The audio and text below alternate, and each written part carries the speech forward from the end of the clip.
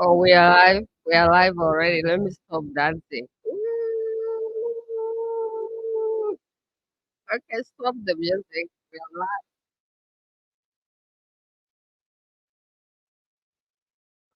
Oh,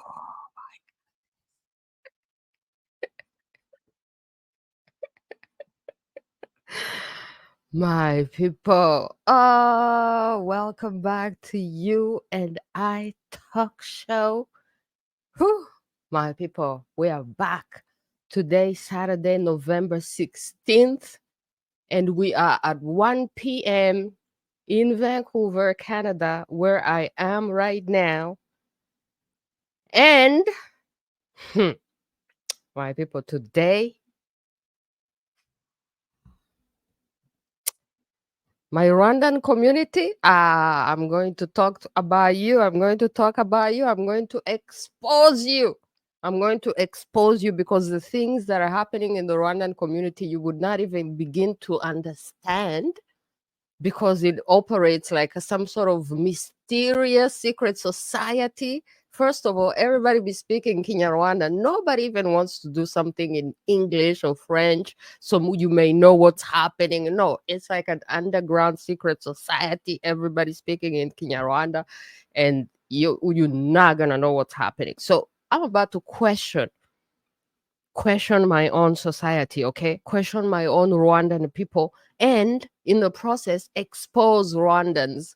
And then in the process, hopefully, people do more investigations because we have some serious case happening right now.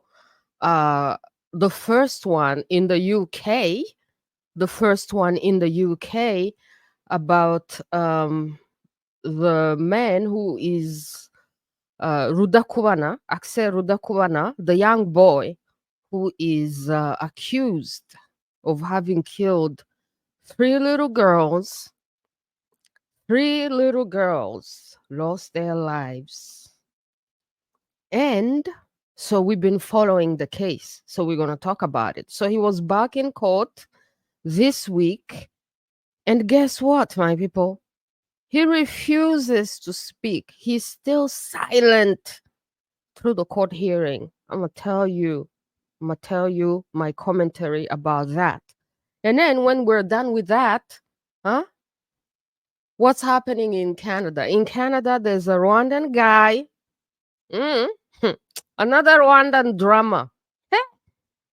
There's a Rwandan guy. This time he got shot by the police in Hamilton.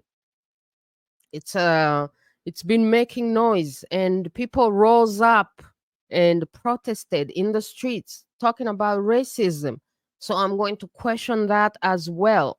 Is it really racism? Is it about racism? Is it always about racism? You know, could it be about something else? Does it always have to be about racism? And how come, even before you do an investigation, even before you know what happened and why and how and who, whatever, you already know that it's about racism? So the popo, the police, they don't get the innocent until proven guilty. They're always guilty before you do any investigation. You already know that it's about racism.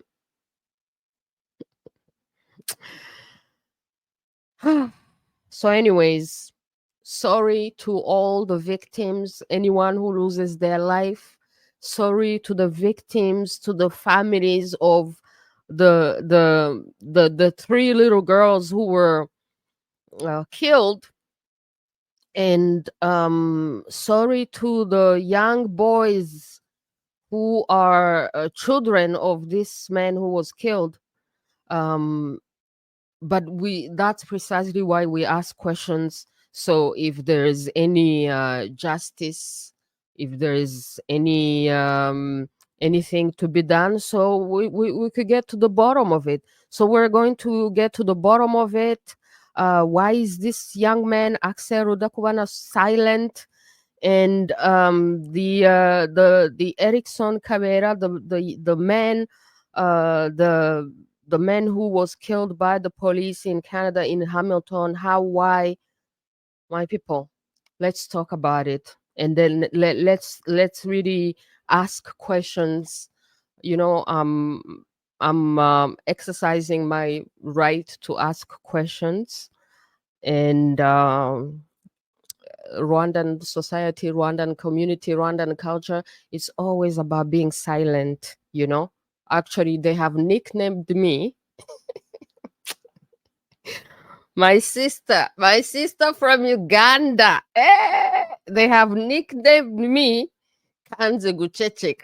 Kanze Guchecheka, which means someone who has refused to be silent. Okay. Why? Why should I be silent?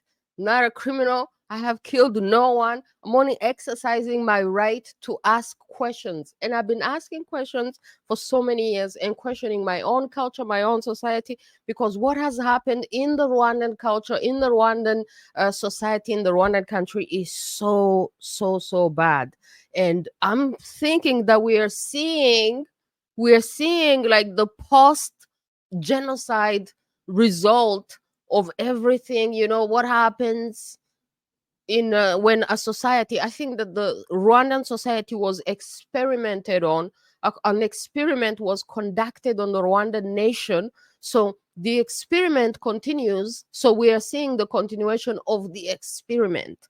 You know, like what happens when people are educated to hate each other, and then they go to war, and then there's genocide, massacres, and all that stuff, and then they become refugees, and then they go to live in the UK and Canada, and then like what happens? What happens to these people? What kind of lives do they live, and what kind of consequences may that have on them and on their children? My people, we are gonna ask all these questions. So welcome back. Share the show, like, subscribe, whatever, and then let's, welcome back to U&I Talk Show, and let's keep talking about it, my people. Thank you.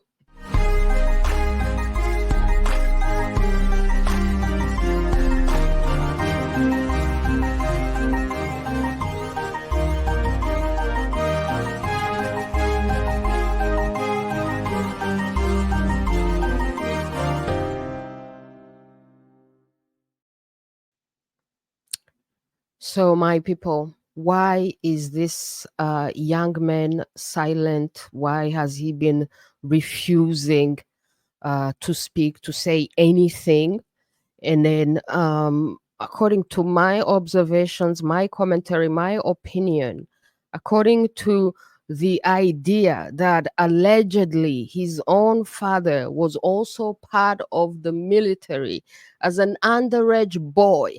He was part of the Kagamistan killing machines army as an underage boy. He came to the UK as an immigrant, and then he had this young boy, um, and people have been making all these allegations that he may be part of a bigger thing. He may be part of a bigger cover up, a bigger network that may be a bigger threat, a bigger danger to the UK, to the Rwandan people who live abroad, to the British people. I did a video talking about all this stuff and talking about how, white people being in danger and all these things.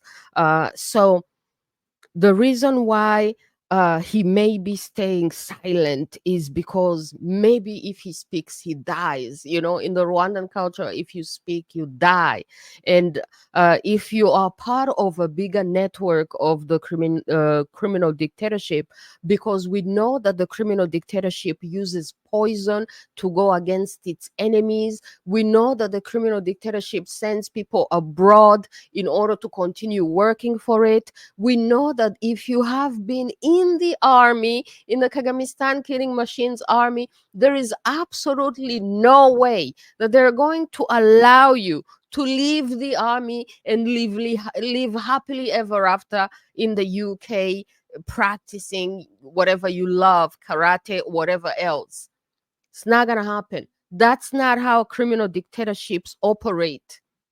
People have been making allegations that allegedly, if he's allowed to go and live abroad, it's because somehow the Kagamistan still uses him. Somehow they're still connected. Why can't people do these investigations and investigate? What if it turns out that their strategy will be to be like, oh, this young man, oh, he's always had mental problems, or maybe he's just autistic, which all those things may be true, but um, what about all the people who have mental issues? What about all the people who have autism? Do they all have high training, high military training, that they may be able to pick up a knife and kill so many people in such a short time?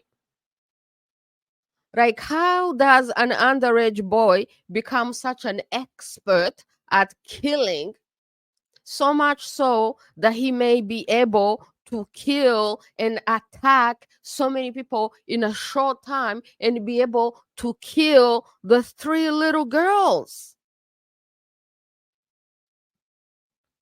You know? So, the idea that he may have mental issues and he may be autistic, yes, all that may be true, but that doesn't make that should not be able to turn someone into someone who is capable of killing and who has the skill to kill, so much so that he may be able to attack so many people in a short time and be able to kill. So maybe he's staying silent because he's gonna act crazy, or maybe the defense is gonna go on that one, like, oh yeah, he's a mentally troubled boy and he's a lone operator. He's absolutely nothing to do with the father who was also in the army as an underage boy. Nothing to do with the Kagamistan and how they send poison abroad through embassy channels. Kagame's bodyguard, Noble Marara, has been talking about it on the radio, talking about how they send poison abroad using diplomatic channels because nobody checks the diplomatic channels, and then they send it to their agents. They have cell networks that they operate. We have people on camera in the UK pledging allegiance to the Kagamistan, to the party, and they say that if they betray their pledge, that they can be killed. How do we know that these are not the part of the people who have pledged allegiance? And could you be part of the Kagamistan killing machine army as an underage boy and be allowed to quit the army and go abroad and live your dream if you haven't pledged to serve them forever? So is your service going to end just because you became an immigrant in the UK? You think an underage boy is capable of making poison and having access to poison without the help of any grown-ups? Shouldn't all the grown-ups in his environment, in his connections, starting with the people who raised him and educated him, shouldn't they be all under investigation? British people. So, what if there's a bigger threat behind? But to cover up the bigger threat, the young boy is going to come out, be silent, act like he's acting alone and he's crazy, so that you may be focused on him. And then you're not going to see the bigger threat. You're not going to see everything else and everybody else that he may be connected to, who will then sort of sacrifice him so that they can keep operating. He has to remain silent because the whole culture of the Kagamistan is that if you speak, you die. You die. Maybe he's also under threat. Maybe he's also under threat that if he says anything, he dies. His whole family maybe is also under threat. So if people have the right to express their emotions, we also have the right to ask questions. And then we have to also ask this question that you always have to ask in times of a crisis, any crisis: who benefits from this? Who actually benefited from this crisis, this young men, the whole tragedy that happened in the UK? You know how much drama that it caused in the UK society. So who has actually benefited? Who has an interest in covering up for him? And I would like to observe that who has benefited, and I would like to question, is the government. The Labour government has benefited because they get to become a dictatorship towards their own citizens. They get to mistreat their own citizens using this excuse: oh, far right, extreme right, racist people. Ha! Don't say nothing, don't speak, don't be outraged, don't say nothing. You are the problem. And then they get to bring in a dictatorship in their own society, in the UK, using this crisis, the way that the Labour government has acted. And we have also established the connection that Labour, Tony Blair, is BFF with the Kagamistan. They work together. He's an advisor to the criminal dictatorship of the Kagamistan. Labour has been working with the criminal dictatorship of the Kagamistan for a very long time. So what if, and all that money that government in the UK has been sending to the Kagamistan, talking about how the Kagamistan is safe, we can send refugees there. And then it turns out that it's actually a criminal dictatorship that sends people abroad to commit crimes, to do terror stuff, which is connected to some sort of network. And then on top of that, what they do benefits the government which is in power in the UK, because they get to oppress their own people. So what if the UK government itself may be using the Kagamistan because they pay them so much money, and then in return, the Kagamistan could also cause chaos in the UK using its own networks, and then who benefits from it? Who benefits from it is the government in the UK, and who loses? The British people. The British people, the innocent people, because they get to lose their free society. They get to lose their freedom. They get to lose their right to question, because anytime that they question, they're treated far right, racist. They discard any of their questions that they had, calling them racist. So they are the biggest losers, because even the money that they pay to these dictatorships in Africa, like the Kagamistan, this is British people's money. So can you imagine? They pay their money, they sponsor dictatorships, and then these dictatorships send criminals in their own country to disturb their peace. And then when they disturb their peace, their government takes advantage of the peace disturbance to bring in dictatorship in their democratic nations. My people, I'm a refugee. I came to Canada because it's a free country. I don't want Canada to turn into a dictatorship. I don't want the UK to turn into a dictatorship. There's so many Rwandan refugees out here, real refugees, not refugees who come, but they're still working with the criminal dictatorship, and they're still praising the criminal dictatorship, and they're still connected to it. No, no, no, no, no, no, no. We don't want to see dictatorship come to the UK. We don't want to see dictatorship come to Canada, because we have run away from dictatorship. And we don't want their politicians to use racism excuse, like they're defending us. Oh, they care so much about us. But then they take away their rights, the freedoms and the rights of their own people. Like all these refugees and all these newcomers, all these new immigrants. Shouldn't you even be worried when you see a government abusing the rights of its own people in the name of protecting and not being racist, in the name of protecting your rights? They're going to abuse their own people's rights. Shouldn't this worry you? Because tomorrow, maybe you will be British, maybe you will be Canadian, you'll be the citizen, and then your rights will be abused for the sake of comforting newcomers' feelings. People have to be very, very, very careful. So, why does the man stay silent? So deep. I've been asking for British people to investigate, the Popo to investigate. I hope the investigators are watching my shows and investigating. I've been getting some messages from the UK. Only regular people are happy about these shows, but I don't know what you know, your other people who are supposed to do this job are doing.